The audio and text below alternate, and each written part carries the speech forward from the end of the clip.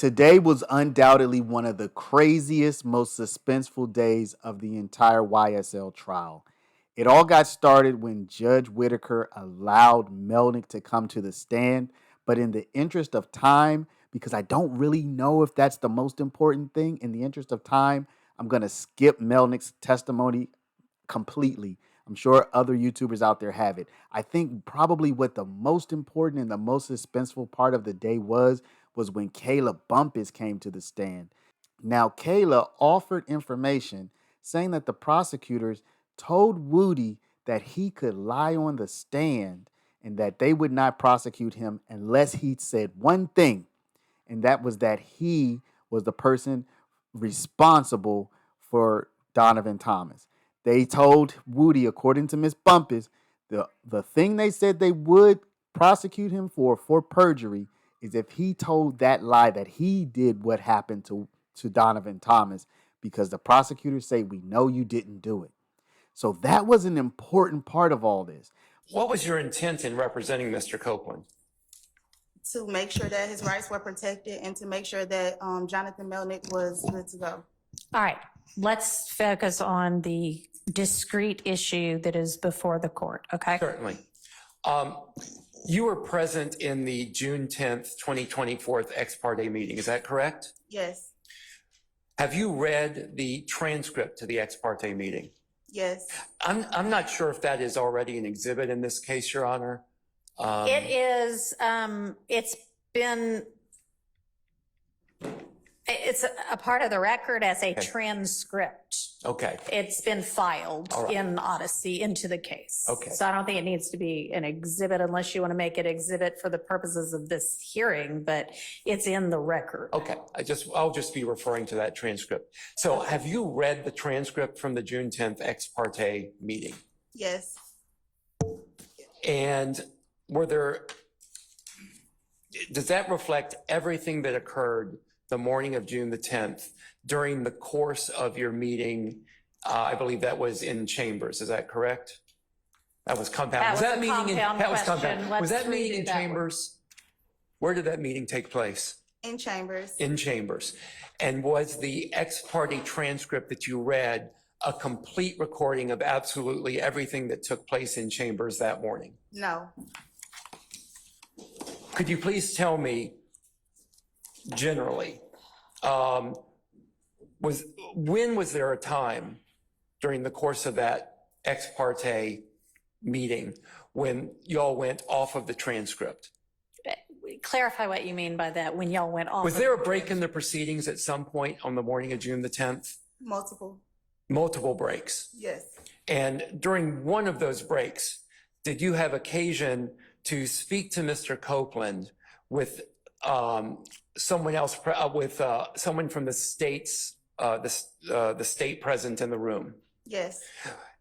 And when you had that conversation, that was off the record, that was without the transcript being transcribed? Yes.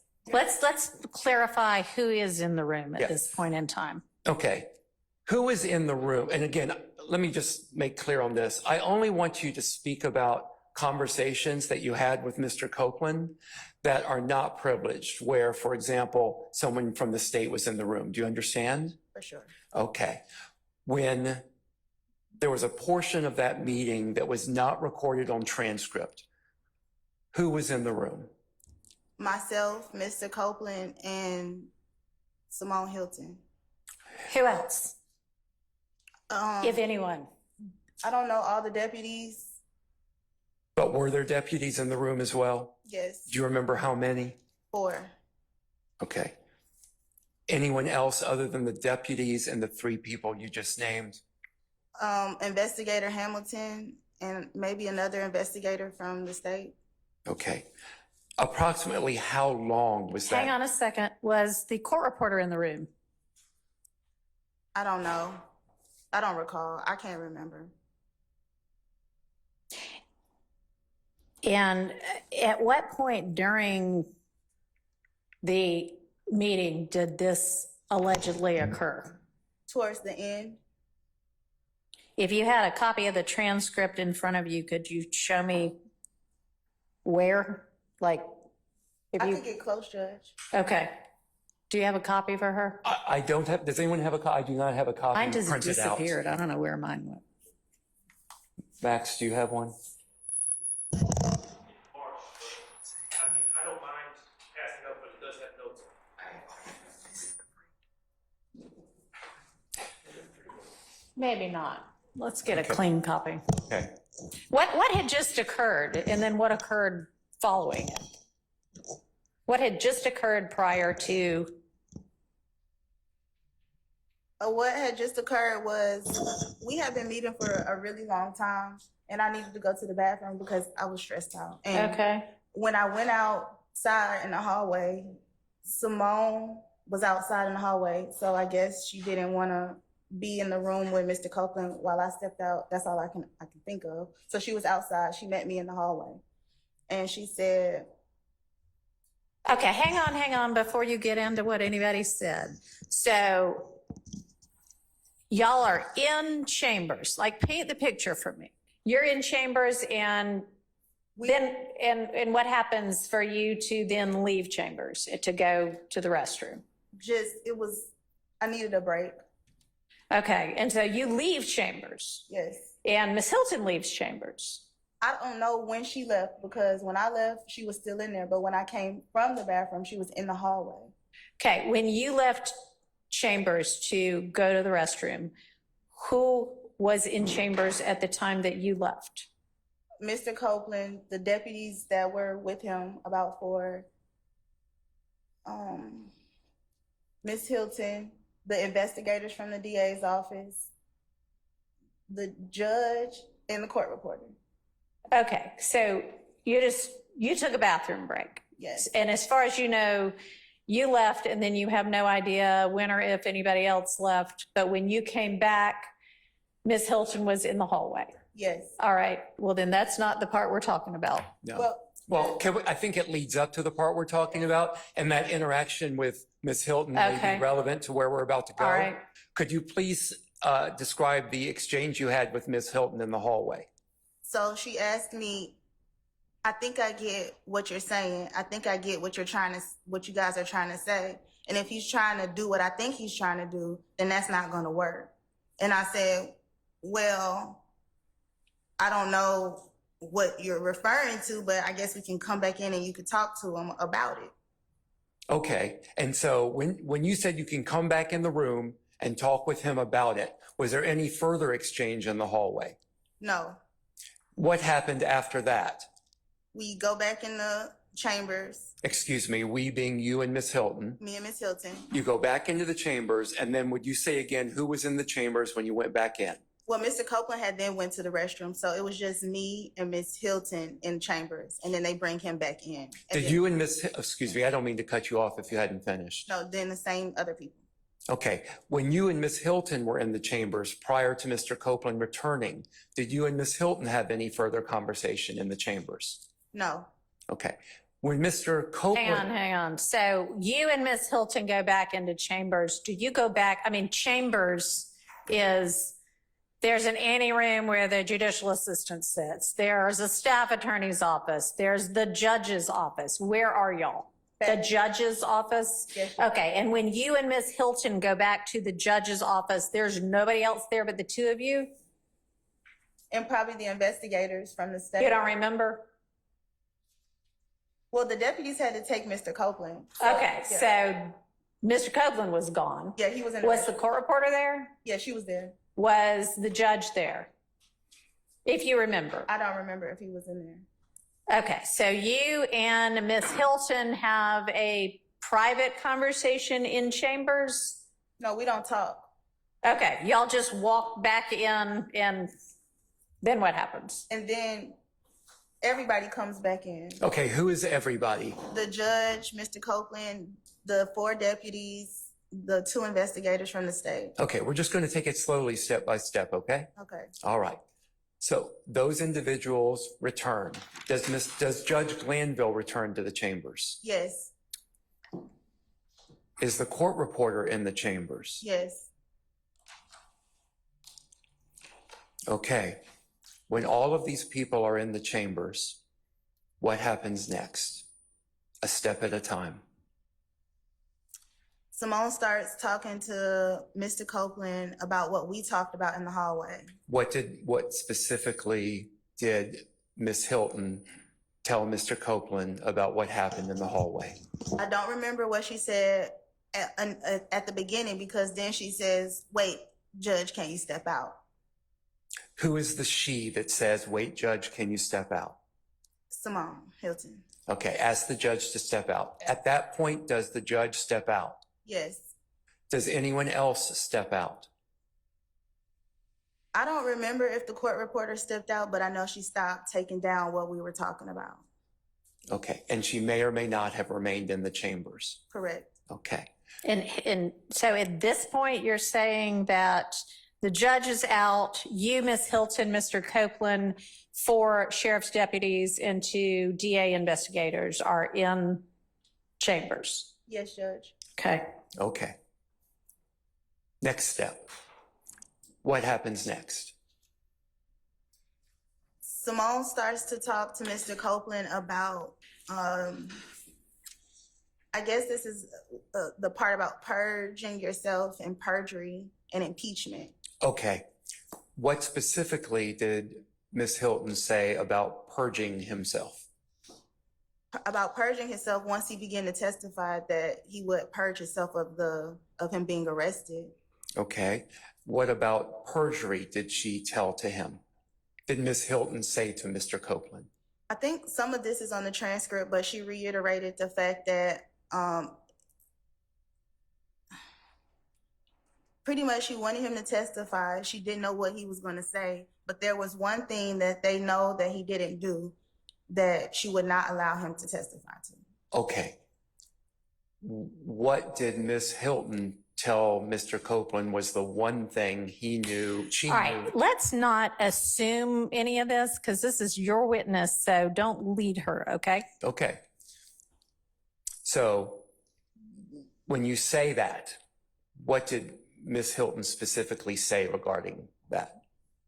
Well, first, Mr. Copeland said, I can claim all of this. I can claim all of this. I might as well just say I did all of this. And she said, but we know you didn't do all of this. And specifically, we know you did not kill Donovan Thomas. And I will not allow you to get on the stand and say that you killed Donovan Thomas. And when Ms. Hilton said, I will not allow you to get on the stand and say you killed Donovan Thomas, did she say anything else with respect to that? Pretty much, I was explaining to Mr. Copeland about independent evidence, because she said if she had any independent evidence to prove that he was lying about anything, she would just use his statement to impeach him. But she would not necessarily press charges against him for perjury. But she said that if he said this thing, this one particular thing, which was the unaliving of Donovan Thomas, that she may move forward with perjury. And Mr. Copeland says, well, it's not just about me knowing who killed him, but it's about, I know more about that infinity, and I know something about somebody who's not even on trial. Okay, I'm going to stop you there a second because there's a lot to unpack, okay? So do I understand your testimony to be that Ms. Hilton said that she would prosecute him if he lied about the killing of Donovan Thomas, but she would not prosecute him if he lied about other things? Yes. Let's go back to the infinity, because I didn't catch all of that. What did Mr. Copeland say about the infinity? You just say, I know something about the infinity that y'all don't know. And how did Ms. Hilton respond to that? No, I don't remember, but basically she just like, okay. Okay. What happened next in that meeting? Now, Kayla had some very tense moments with the judge. She had one moment where the judge seemed to implicate or indicate that, Kayla, do you even know what an ex parte meeting is? Is Love and the judge in a court reporter, and y'all had conversations, correct? Yes. Okay. And you were aware prior to that morning that this case was being tried, correct? Yes. Okay. And you were aware that Ms. Love was a member of the prosecution team, right? Yes. And that Judge Glanville was the presiding judge at the time. Yes. And that there were defense attorneys on the other side of the case, right? Yes. Okay. And so when you went into the meeting, you could see that there were no defense attorneys present, right? No, but what I'm saying is, I didn't know I was going into a meeting. Ma'am, I understand. Answer the question I asked you. You could see at that point in time that there were no defense attorneys present in the chambers, correct? Yes. Okay, so at that point in time, you knew this is a meeting with the prosecution and the judge and no defense attorneys, right? What I'm saying is, Ma'am, answer the question I am asking you. I didn't realize it was a meeting. Okay, so at the point when people started talking, let's call it a meeting at that point in time. Okay. Okay. And so you knew that the defense attorneys weren't there then, right? Yes. Okay. And so you knew it was an ex parte. If you knew the term ex parte. Yes. Okay, go ahead. As Kayla's testimony unfolded, people in the chat started getting real nervous. And in fact, let's be honest, okay? I don't know what the long-term effect of this is going to be, but people just turned against Kayla. I mean, they turned against Kayla. Kayla had a long string when she was on cross-examination by Attorney Love. She had a long string of I don't knows, I don't recalls, I don't remember, and people in the chat were getting very, very, very nervous. Do you have any memory of Ms. Hilton and me being in the room while you were in the room with Mr. Copeland? I have some memory of all of us being in the room for a very brief moment of time. When you say all of us, who is all of us? You just asked me, do I have any memory of you, Ms. Hilton, and Mr. Copeland being in the room? I remember at one point you came back, but I can't remember exactly what happened while you were there. I don't remember what the conversation. Anything of substance? It was about maybe plea deals. I remember she said to me, She who? Adrian Love. I remember Okay. she says, you know, which I can't forget this. I don't know who's worse, you or Jacoby. What? That was the thing. That was the nature of the conversation. I say that again. She tells me she doesn't know who's worse, me or Jacoby. Me or Jacoby? Yeah. Jacoby Hudson? Yes. What does it have to do with anything? I don't know. It has nothing to do with this case. So that's what we're talking about. You asked me what we were talking Okay, about. so something that had nothing to do with this case. And then something comes up about, Ms. Love, to your recollection, says, Judge, close your ears because she wants to talk to you about a plea deal. I don't remember exactly what she was talking about, but it was something pertaining to the case. And that's not on the record either. No, And you can't remember whether the court reporter stayed or left. I can't remember whether she stayed or left, but she definitely stopped taking it. Okay. And she had another moment where the judge went directly at her and said, Kayla, you had all this information about these off-the-record conversations. Why didn't you bring it to me? You know I'm the judge. You have a duty of candor to the court. Why didn't you bring it to me? Kayla had her explanation. I don't know if the judge is buying it or not, but that happened as well. So, at that point, between, whatever you said, 47 and 51, y'all are back on the record, right? Yes, Judge. Nobody's, declining to take down what you're saying. No, Judge. Okay. So, anytime during that point in time, do you say, let the record reflect that Ms. Hilton, Mr. Copeland, and I had an off-the-record conversation, and I'd like to put on the record what was said during that conversation? No. Okay. And also on page 51, I say, are you saying you want to get up there on the stand and say something? Uh-huh. And then it's no response. Because he just looks at me. Okay. All right. So does 47 through whenever that last page number was, does that accurately reflect whatever was said during the alleged off-the-record conversation? It doesn't accurately reflect, but it does. I do try to mention what we talked about, but it doesn't accurately reflect everything that we discussed. All right. So was there something else that you discussed that you should have said, oh, and by the way, this also happened that you didn't say? I'm confused, Judge. What do you mean that who didn't say? You. Simone didn't say? No, anybody during the alleged off-the-record conversation, when you're making this record, after y'all go back on the record, you said it still wasn't accurate. And you also said you weren't stopped from saying anything during that part. So what is it that you should have said that you didn't say? Well, I guess the only thing that I should have said that I didn't say is that Simone said that she would not prosecute or move forward with any type of perjury if he said anything except for the unaliving of Donovan Thomas. Okay. Sorry. All right. So when is it that you actually reviewed and read this transcript?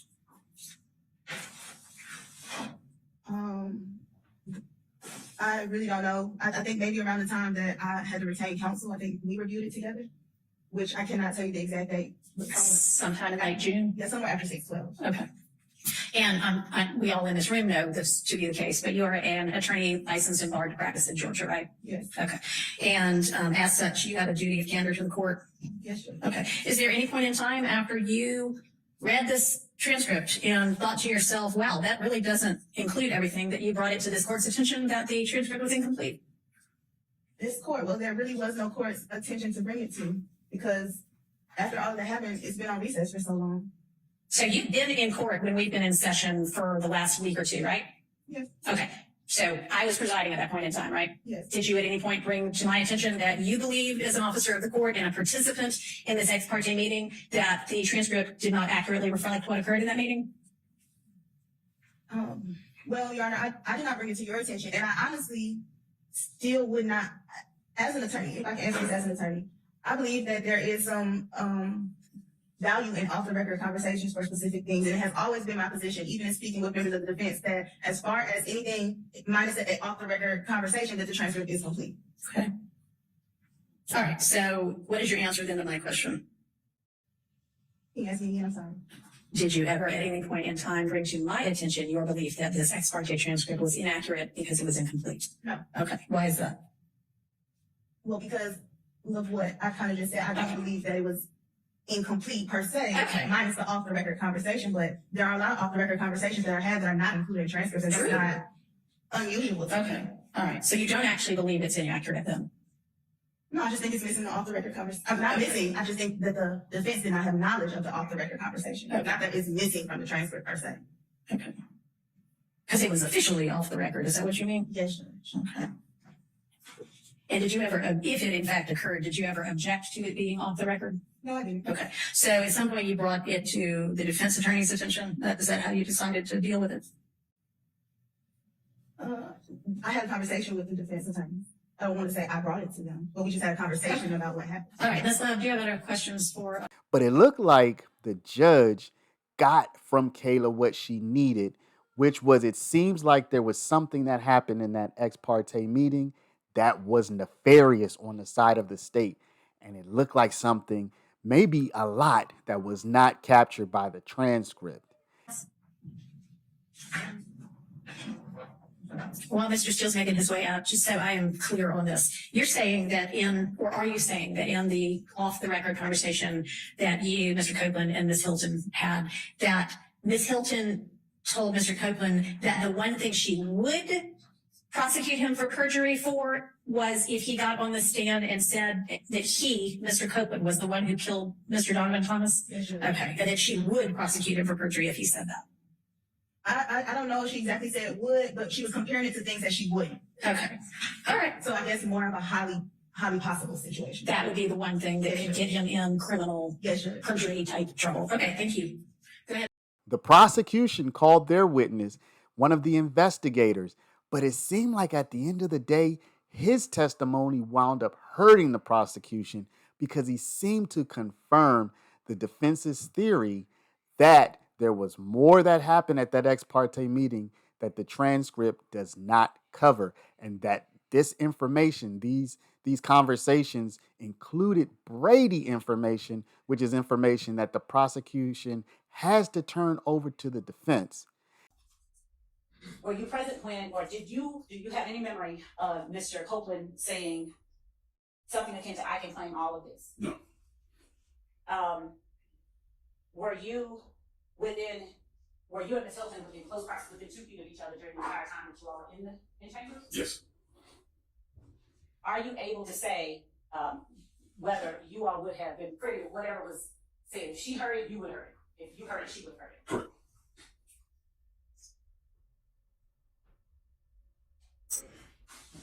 Do you recall speaking with Ms. Bumpus and Mr. Copeland about the Donovan Thomas murder? No. Generally speaking, starting there, would you tell the court what you recall talking about? I'm unclear as to when you're talking about starting where. During the time that you were in chambers with Ms. Bumpus, Mr. Copeland, and Ms. Hilton, can you tell the court the topics that you discussed? That not you, but Ms. Hilton and Ms. Bumpus and Mr. Copeland discussed? The topic at that time, Ms. Hilton just made it clear to Mr. Copeland that she expected him to tell the truth, and that if he was going to get on the stand and claim something that he didn't do, then she would be looking at prosecuting him for perjury. And so I'm clear, is this on the record or off the record that this conversation takes place? This was off the record just before the judge came back in. Have you had an opportunity to read the entire transcript of the in-chambers hearing? I have not.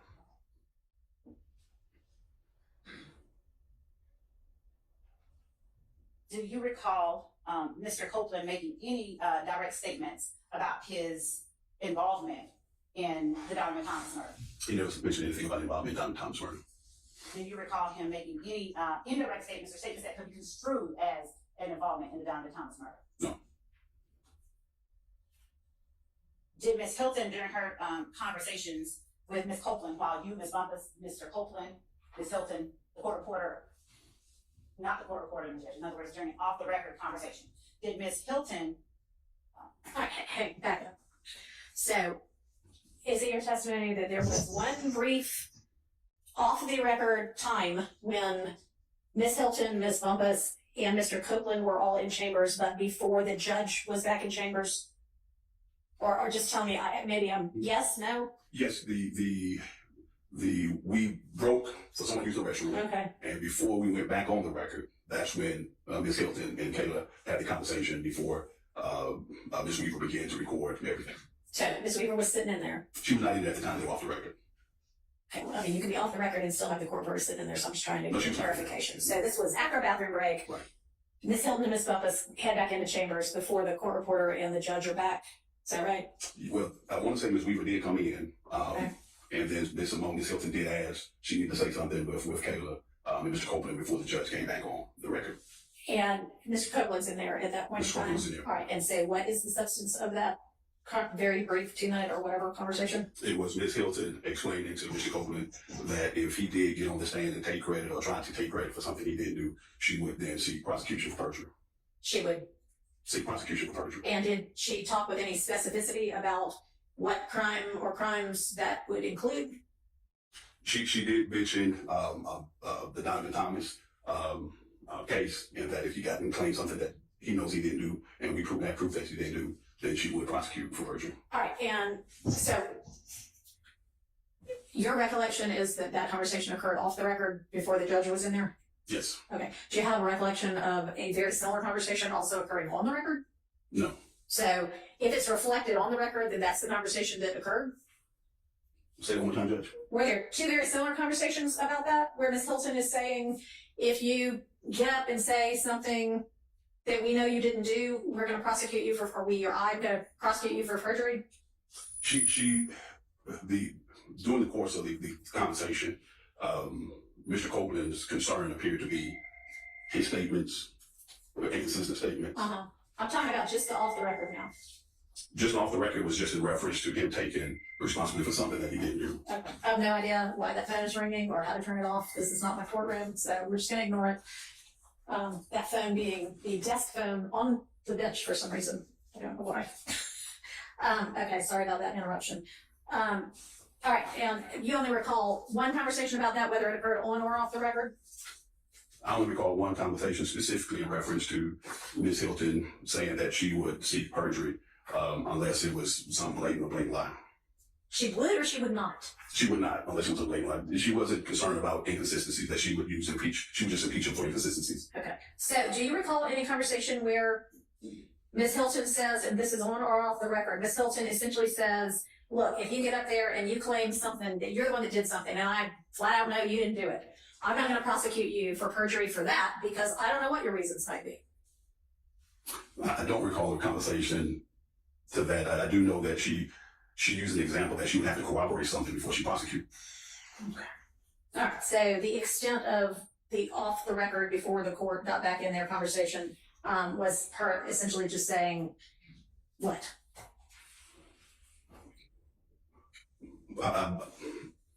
Her conversation was in reference to him getting on the stand and taking responsibility for something that he know that he didn't do, or falsely admitting something that he did after receiving use immunity.